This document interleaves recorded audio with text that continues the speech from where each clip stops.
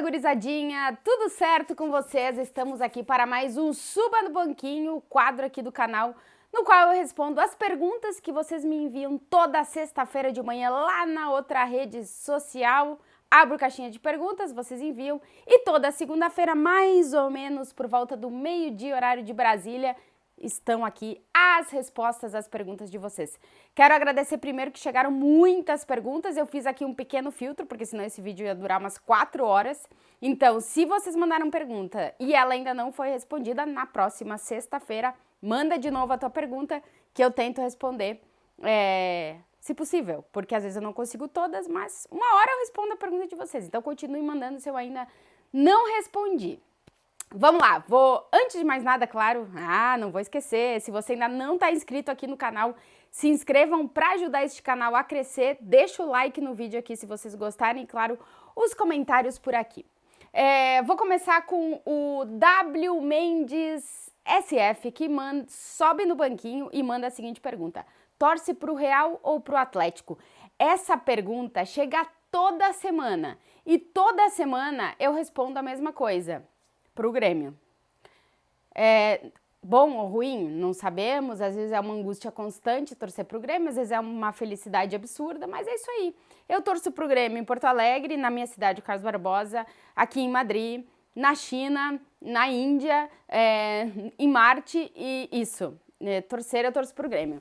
Ai, Tati, mas tu fica muito feliz quando os times de Madrid se classificam para Champions, óbvio, porque se Real Madrid ou Atlético de Madrid, ou ambos, estiverem na final da Liga dos Campeões, eu estarei lá muito provavelmente na cobertura. Então eu torço pro Real Madrid jogar a final da Champions toda a temporada e torço pro Atlético de Madrid chegar o mais longe e, se possível, também jogar a final da Champions toda a temporada. É isso, se vocês querem saber, essa é a verdade. Acredita ou não? É o que temos. Vamos lá para a segunda pergunta do quadro de hoje. 062 Lusca sobe no banquinho e manda a seguinte pergunta: Vinícius Júnior é o melhor camisa 7 após a saída de Cristiano Ronaldo do Real Madrid? Sim, sem dúvidas, com certeza absoluta, é o herdeiro. Por quê? Primeiro porque estamos falando de uma superestrela do Real Madrid, que o Vinícius Júnior é uma superestrela, e a camisa 7 historicamente, recentemente, tem sido de superestrelas. Menos do Mariano Dias, que, não. E o Hazard, que não deu certo. Não deu certo no Real Madrid, independente da camisa que ele estivesse usando, mas ele estava com a 7 e não deu certo. Então, eu acho que sim. Eu acho que o Vinícius Júnior é o melhor camisa 7 do Real Madrid depois da saída do Cristiano Ronaldo. João _SKO sobe no banquinho e manda a seguinte pergunta: qual o lugar mais aleatório que você conheceu pelo futebol? Fiz viagens aleatórias para coberturas de Champions, Europa League, não. De Champions principalmente, e fase de classificação para Champions, os playoffs, que eram coisas mais estranhas. Supercopa também, os lugares estranhos, tipo Macedônia, Estônia. Mas o lugar mais aleatório foi Nicósia, no Chipre, que é uma cidade, que é a capital do Chipre, se eu não me engano, que ela tem uma fronteira no meio da cidade. Metade da cidade é Turquia e a outra metade da cidade é Turquia e a outra é gregos. E tem uma fronteira no meio da cidade, porque tem a parte turca e a parte grega, mas é a mesma cidade. Uma loucura, o lugar mais aleatório que eu fui, sem nenhuma dúvida. Nicósia, Chipre. Real Madrid jogou lá, contra o Apoel, e eu fui fazer a cobertura desse jogo. SSNTTSS sobe no banquinho e manda a seguinte pergunta: qual a primeira memória, lembrança que você tem envolvendo o Real Madrid ou futebol no geral? Não lembro do Real Madrid, mas envolvendo o futebol no geral, assim, eu tenho na minha cabeça que eu tava escutando, e mas eu tenho flashes disso, tá? A final da Copa de 90, porque eu sou velha, gente, sou bem velha. Mas assim, as minhas primeiras recordações que ficaram, tipo, muito marcadas, a Copa do Mundo de 94. Essa, assim, ficou muito marcado na minha memória. Então, eu tenho, assim, um carinho muito grande pela Copa do Mundo de 94, porque me marcou bastante. Tavares underline Brian 806 sobe no banquinho e manda a seguinte pergunta. Qual foi o jogador mais alto que você entrevistou? Então, eu nunca parei para olhar a altura das pessoas, mas sem nenhuma dúvida, o jogador mais alto que eu tenho na minha memória, que eu entrevistei mais de uma vez, Thibaut Courtois. Ele tem 2,1 metros, se eu não me engano. E toda vez que eu entrevisto o Courtois é a mesma coisa. Eu subo a câmera no máximo, subo no banquinho e mesmo assim, quando ele chega, eu preciso ajustar a câmera, subir ela um ângulo mais. E assim, se eu tivesse 7 banquinhos, eu não ia chegar nem perto dos 2 metros do Courtois. Então, eu acho que é o jogador mais alto que eu entrevistei. Porque depois eu entrevistei zagueiros, outros goleiros, mas eu acho que não tão altos como o Courtois. Eu acho que o Courtois é o jogador mais alto que eu entrevistei. E é bizarro, assim, porque ele é muito alto. Extrapola o quadro. E eu tenho curiosidade, e um dia eu quero conseguir estar perto de algum jogador de basquete, em específico do Ed Tavares, que ele tem 2,21 metros. Cara, devo ser a perna do Ed Tavares. Eu tenho muita curiosidade. Um dia, quem sabe, veremos. Cobertura de basquete seria bizarro. Inclusive, eu já fiz uma vez uma cobertura de um jogo de basquete e o negócio foi o seguinte. Não tinha nenhuma... Eu me esticava toda, botava lá em cima o microfone e não pegava o som nem... Aí eu tive que entregar o microfone para outra pessoa alta que foi lá. Basquete seria bem tenso, bem tenso. Tam Murka sobe no banquinho e manda a seguinte pergunta. Se você pudesse ser outra pessoa, quem escolheria ser? Então, essa pergunta é bem complicada, né? E eu acho que eu não seria ninguém famoso. E eu gostaria, se eu pudesse nascer de novo e ser outra pessoa, eu gostaria de ser uma mulher de ciências. De verdade, essas pessoas que fazem investigação, que descobrem coisas, que salvam vidas, que curam doenças, eu gostaria de ser isso, porque eu acho que de verdade faz a diferença no planeta Terra.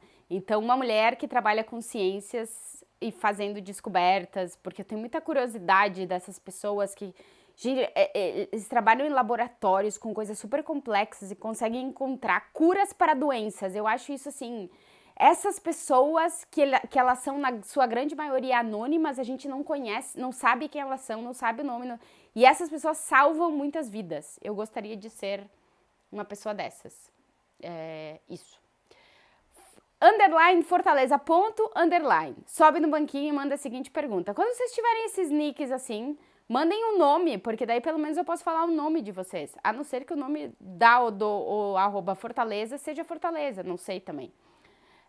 Qual a sua comida típica preferida na Espanha e no Brasil? No Brasil é carne, bem mal passada, pingando, com arrozinho com feijão.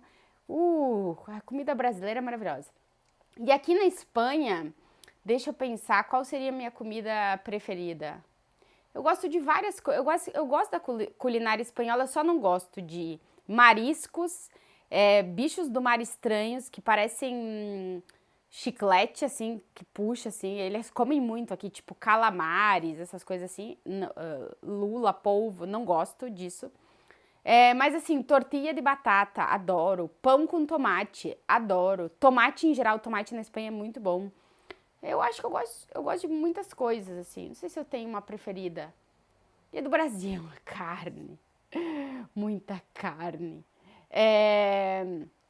Marciel Julius, underline 12, sobe no banquinho e manda a seguinte pergunta. Conta como foi aprender uma nova língua para exercer a sua profissão. Então, eu aprendi espanhol não para trabalhar, eu aprendi espanhol para vir estudar, fazer mestrado aqui na Espanha.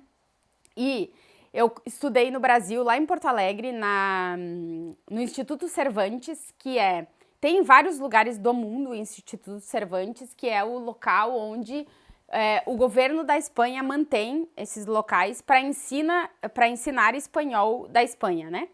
Porque não sei se vocês sabem, mas existem diferenças entre o castelhano, que fala na Espanha, dos que falam na América Latina, na América do Sul, América Central, alguns locais da América do Norte, tipo Miami. Mas existem diferenças de conjugação verbal, de forma de falar, de pronúncia e tal. Então, eu estudei em Porto Alegre, no Instituto Cervantes, que tem que tem a base de ensinar o espanhol que se fala aqui na Espanha, porque eu vinha fazer mestrado aqui na Espanha. Então, eu estudei lá. E quando eu cheguei aqui, eu ainda não era fluente, né? Mas aí tu te arrisca, vai, te joga e é isso, basicamente. Leonardo Rukzinski, acho que é assim que se pronuncia, se eu falei errado, desculpa, Leonardo. Sobe no banquinho e manda a seguinte pergunta. Oi, qual a diferença dos patches da Champions nas mangas? No Real aparece o 14 das 14 Champions, porém a Inter, por exemplo, não tem a quantidade. Obrigada por essa pergunta, Leonardo, porque nem eu sabia e fui investigar quando tu mandou a pergunta. E a resposta é a seguinte. A regra da UEFA estabelece que o patch da Champions, que a gente vê com a taça da Champions e o número 14, por exemplo, do Real Madrid dentro, ele só aparece com o número quando o time conquistou 5 Champions ou mais, ou conquistou 3 Champions consecutivas. Por exemplo, o Real Madrid tem o 14, porque ele conquistou 3 consecutivas 2 vezes e tem mais de 5. O Liverpool conquistou mais de 5. O Bayern conquistou mais de 5 e conquistou 3 consecutivas. Agora o Ajax, por exemplo, que tem 4, conquistou 3 consecutivas, então aparece. Então os times que tem 4 ou menos, só aparece o patch da Champions, não aparece o número de Champions conquistadas. E essa é a explicação, e muito obrigada pela sua pergunta, Leonardo, porque também esclareceu uma curiosidade que eu tinha e nem sabia que tinha. Então, muito obrigada. Moraes, 29, sobe no banquinho e manda a seguinte pergunta. Qual o álbum do Foo Fighters que você mais gosta? Essa é fácil de responder, é um dos meus álbuns preferidos, assim, da história. There's Nothing Left to Lose. Eu escutei pra caramba esse álbum na minha vida. É maravilhoso, Foo Fighters é incrível. Muito obrigada pela pergunta. Quem ainda não escutou, quem curte rock and roll e ainda não conhece Foo Fighters, né? Conheçam, é maravilhoso.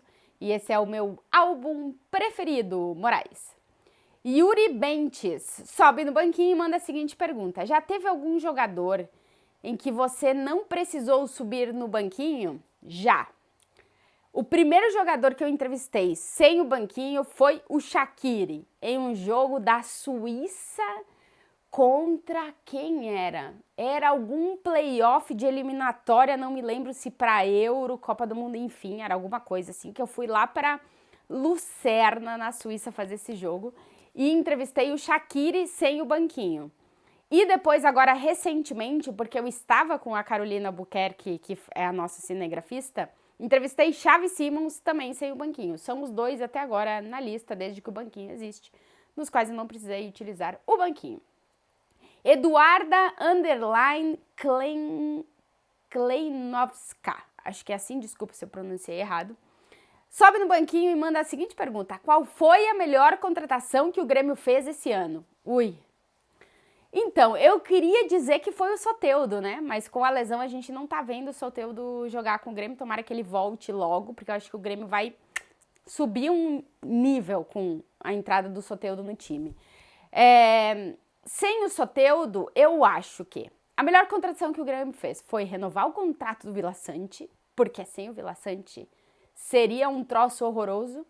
Eu sou fãzaça dele, já falei aqui muitas vezes, sou muito fã do Vila Sante, acho que a renovação do contrato dele foi a melhor contratação que o Grêmio fez.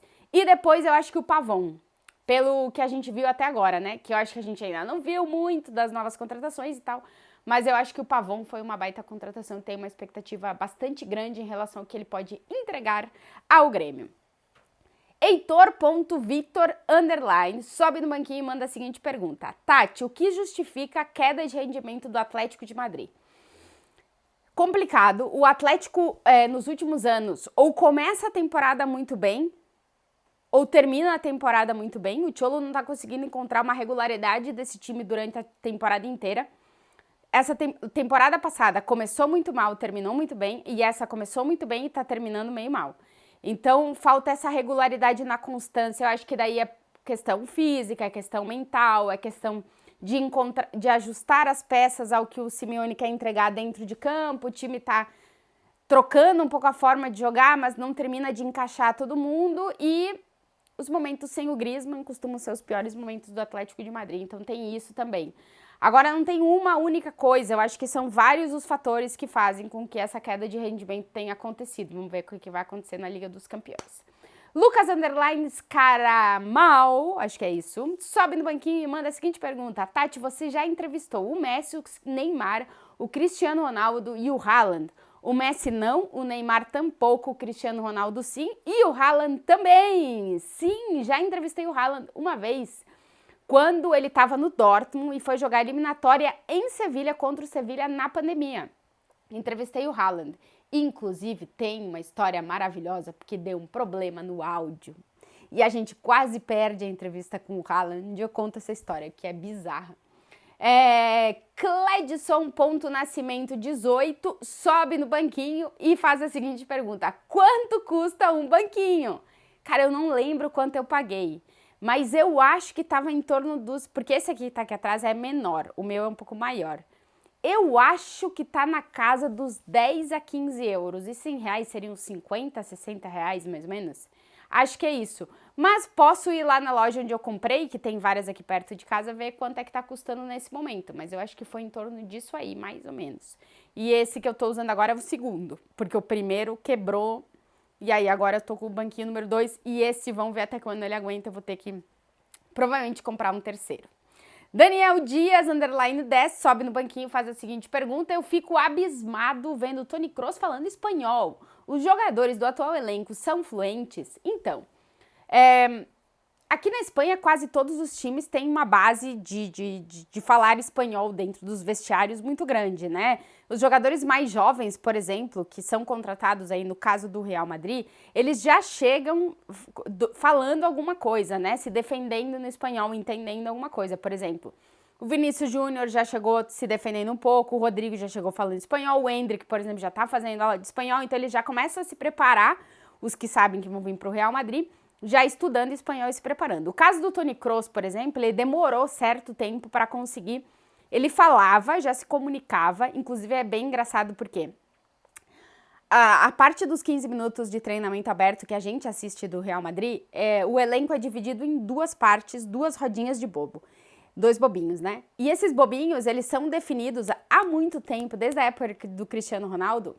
Um bobinho é dos jogadores espanhóis e o outro bobinho é dos jogadores internacionais. Meio que ficou essa divisão na época que tinha Sérgio Ramos liderando um bobinho e Cristiano Ronaldo liderando o outro bobinho. E ficou assim. E o Toni Kroos, eu sempre digo, ele faz um intensivo de espanhol no bobinho dos jogadores que falam espanhol. Inclusive, um detalhe para vocês, Arda Güler está nesse bobinho de espanhol, tá no bobinho onde a galera fala espanhol. Então, ele é um intensivo. Eles demoram, dependendo da língua que fala, por exemplo, os croatas absorvem, parece que muito rápido outras línguas, os eslovenos, os jogadores mais vindos desses países, eles têm muita facilidade com língua e a gente vê eles falando outras línguas de uma forma mais rápida, o que não acontece com jogadores ingleses e alemães, por exemplo. O Toni Kroos demorou um tempo para conseguir dar entrevistas em espanhol, mas já faz bastante tempo, agora acho que vai fazer, sei lá, uns 5 anos ou até mais, que ele já tá super fluente, entrevista coletiva, as entrevistas que a gente faz nas pós-jogo, pré-jogo, ele fala em espanhol e já tá super fluente. O Modric é outro que também é super fluente em espanhol e eles já estão há muitos anos no Real Madrid, né, então eles tiveram esse tempo. Por exemplo, o Hazard, ele já veio meio que falando espanhol, na época eu lembro que ele deu algumas entrevistas em espanhol, mas também já estava aprendendo. Quem mais, assim, dos que não... O Courtois, é que o Courtois jogou no Atlético de Madrid antes, então ele fala espanhol também perfeito, mas quase todos. E o Bellingham, por exemplo, que foi o último que chegou e que não, assim como o Arda Güler ainda não dominava o idioma, o Tchouaméni e o Camavinga aprenderam super rápido. O Arda Güler tá aprendendo, e aí ele tem esse porém que ele tá no bobinho dos que falam espanhol, mas no bobinho dos que são internacionais, dos que são de fora, né, dos estrangeiros, também se fala espanhol, porque a maioria fala espanhol ali. Então, o Bellingham também tá fazendo esse meio que intensivo ali de falar espanhol. Então vamos ver, ele disse que ele tá aprendendo, vamos ver quanto ele vai demorar, mas eu acredito que não vai demorar muito, porque meio que é o idioma dos vestiários, né? Então para poder se comunicar com todo mundo, tipo o Rudiger ainda não fala espanhol, mas se tu faz perguntas para ele em espanhol, ele entende. Então é um pouquinho, o Alaba eu acho que também é esse caso, enfim, cada caso é um caso. Mas tem essa questão de, né, no vestiário se fala em espanhol. Tem a facilidade no Real Madrid que o Ancelotti fala muitos idiomas. Então, para se comunicar com o técnico e com a comissão técnica não tem problema. Mas para se comunicar com os jogadores, meio que a galera em algum momento acaba ficando fluente em espanhol porque se fala muito espanhol no vestiário.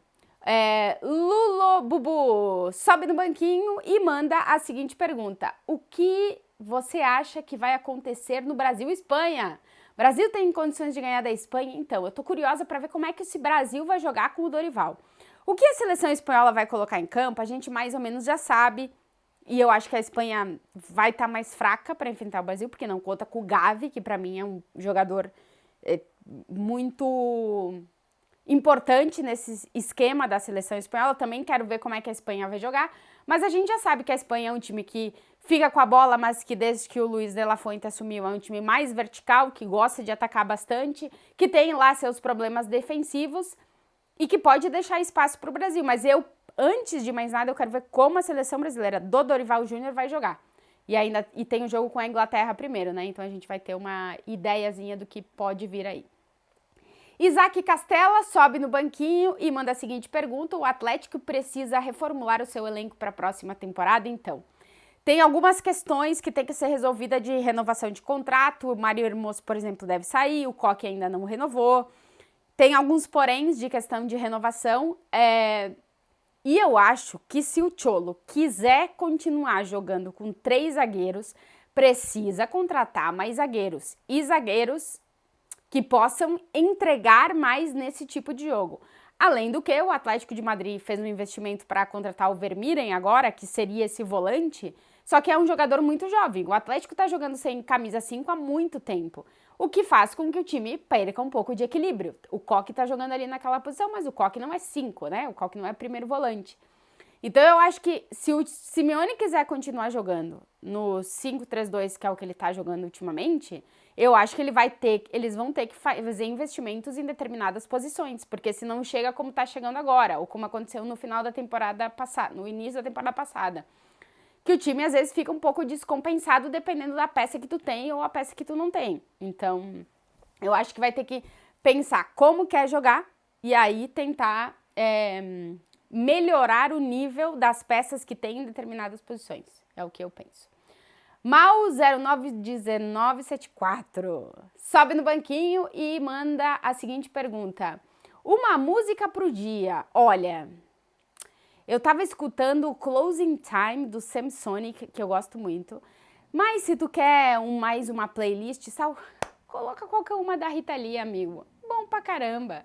E te dá, assim, o necessário pra viver. Rita é maravilhosa. _locutor sobe no banquinho e manda a seguinte pergunta: se você fosse treinadora, qual seria a formação tática que você utilizaria? Eu sou a louca do 4-4-2. Por quê? O 4-4-2 é puro equilíbrio. Só que eu quero ver como é que eu vou ser daqui pra frente, porque eu fui muito 4-4-2, assim, emocionada, e eu acho que eu ainda vou continuar sendo 4-4-2, só que já, eu não sei, eu sou 4-4-2, com 2 volantes de preferência, 4-4-2, 4-4-2. Alisson _Acioli sobe no banquinho e manda a seguinte pergunta: o que acha sobre a não convocação do Samulino para a seleção brasileira? Já falei, acho que no último vídeo sobre isso. Prejudica a posição que ele joga no Atlético, eu acho. Porque essa posição a seleção brasileira não teve nos últimos anos. E pela convocação que o Dorival fez, eu acho que ela não vai ter. Acho que o Dorival vai continuar jogando com uma linha de 4 na defesa. Isso faz com que o quê? Que o Lino tenha que disputar a posição com os pontas. E aí a seleção tem muito ponta esquerda, né? Se a seleção jogasse com ala esquerda, eu acho que o Lino seria convocado. Como a seleção não joga com ala, eu acho que a posição com que ele joga no clube prejudicou e fez com que ele não seja convocado, porque eu acho que o Dorival não vê ele como um lateral, porque ele não é lateral, e a briga pela ponta esquerda é muito grande na seleção brasileira, e eu acho que isso prejudicou e fez com que ele não fosse chamado. Veremos nas listas do futuro se o Lino tem oportunidade, porque a temporada dele realmente é muito boa, é um dos melhores jogadores do Atlético de Madrid nessa temporada. Raimundo Filho Ferreira sobe no banquinho e manda a seguinte pergunta: qual entrevista você fez e ficou marcada na sua carreira como repórter? Final da Champions de 2018, Tatiana, Marcelo, Casemiro, os dois emocionados falando com o Zico. Essa entrevista é muito marcante, tem gente que lembra até hoje dela. Inclusive quando ela completar, que agora vai completar 6 anos, eu sou ruim de matemática, tem que calcular no dedo. Eu vou postar ela de novo nas redes sociais, porque foi um momento realmente muito legal. Os dois tinham acabado de ganhar a 3ª Champions consecutiva, a 4ª deles com o Real Madrid, e eu coloquei eles para falar com o Zico, que estava na transmissão. Foi muito bacana, muito legal. Ota.s.l. Qual o seu livro preferido? Eu não peguei ele aqui. O Dia do Coringa, Justin Gardner, é o mesmo autor do Mundo de Sofia. Esse livro é um livro que a cada 10 anos eu leio ele de novo e eu vejo ele de outra forma. É um livro maravilhoso, porque é um livro de fantasia, mas ao mesmo tempo tem um fundo filosófico bastante poderoso, como são todos os livros do Justin Gardner. Então, super indico para quem quer uma leitura, às vezes meio louca, às vezes meio fora da caixa. Enfim, é maravilhoso. O Dia do Coringa, em português, Justin Gardner, que é o mesmo autor do Mundo de Sofia, que também é muito legal. Eu li todos os livros dele e todos são maravilhosos, mas o Dia do Coringa é único. Ramon Cardoso.arte. Olá, Tati. Você gosta de arte? Pinturas? Então, assim, eu tenho um problema. Eu não gosto de coisas mais antigas, assim, aquelas pinturas daquelas pessoas, não curto, assim. Por exemplo, aqui em Madrid, os 2 grandes museus são o Reina Sofia e o Museu do Prado. O Museu do Prado é com pinturas mais clássicas, mais antigas, mais... Eu acho que eu não quero falar o nome errado, porque eu posso falar errado. Por exemplo, quadros do Velázquez estão lá. Eu não curto Velázquez, não é o tipo de arte que eu consumo. O que é que eu gosto? Eu gosto de uma coisa um pouco mais moderna. Picasso, Dalí. E aí, por isso, o meu museu preferido aqui na Espanha é o Reina Sofia, que é onde está o Guernica do Picasso. No mesmo andar, aonde estão as obras do Picasso, estão as obras do Dalí. Eu não lembro exatamente qual é o andar, mas para mim é o melhor andar que tem no museu Reina Sofia. Não sou uma especialista, não sou uma super apreciadora, mas gosto às vezes de poder ver pinturas. Acho que nos passam algumas coisas, mas eu na questão mais artística mesmo, sou mais de música, mais de livros e menos de pintura. Mas gostaria de, em algum momento na minha vida, também poder entender um pouquinho mais do que eu tô falando. Última pergunta que vou responder aqui no Suba no Banquinho vem do _Thiago _S12, que manda a seguinte pergunta para mim. Por que ser feminista? Feminismo é um câncer. E aí, Thiago, eu fico na dúvida de se você sabe qual é a definição do feminismo. Então, para eu não falar coisa errada, eu fui no dicionário para pegar a definição para falar ela para ti, que é: doutrina cujos preceitos indicam e defendem a igualdade de direitos entre homens e mulheres. O feminismo é um movimento pela igualdade de direitos entre homens e mulheres. Então, não entendi a tua pergunta. E é isso. Esse foi o Suba no Banquinho de hoje. Se você ainda não está inscrito aqui no canal, se inscrevam para ajudar este humilde canal a crescer. Deixe o like no vídeo e, claro, os comentários por aqui. Na próxima sexta-feira de manhã, eu abro a caixinha de perguntas lá no Insta, @TatiMantovani. Inclusive, quem ainda não me segue, segue por lá. E na segunda seguinte, eu respondo elas aqui para vocês no Suba no Banquinho, beleza? Beijo para vocês, ótima semana. Semana de Champions!